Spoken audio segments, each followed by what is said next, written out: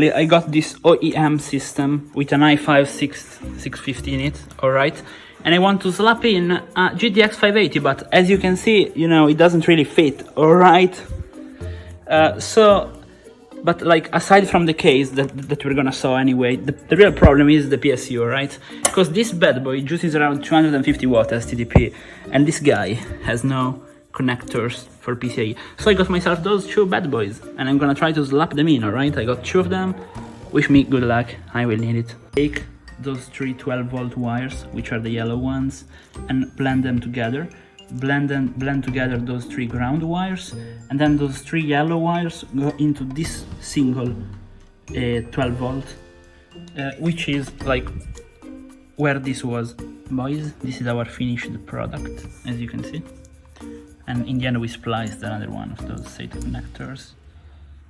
Well, it looks like we have a signal here.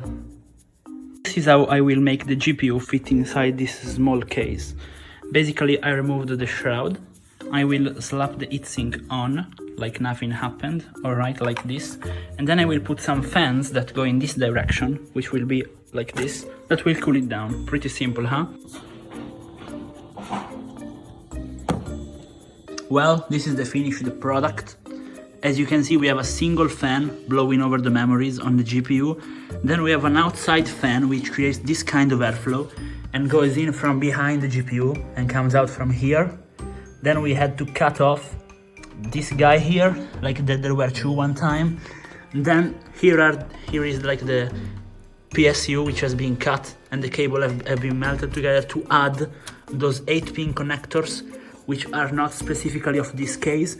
And in the end we put a Xeon X3430 in there, and the PSU is like 250 watt max, and this system undervolted juices 240 watts, boys.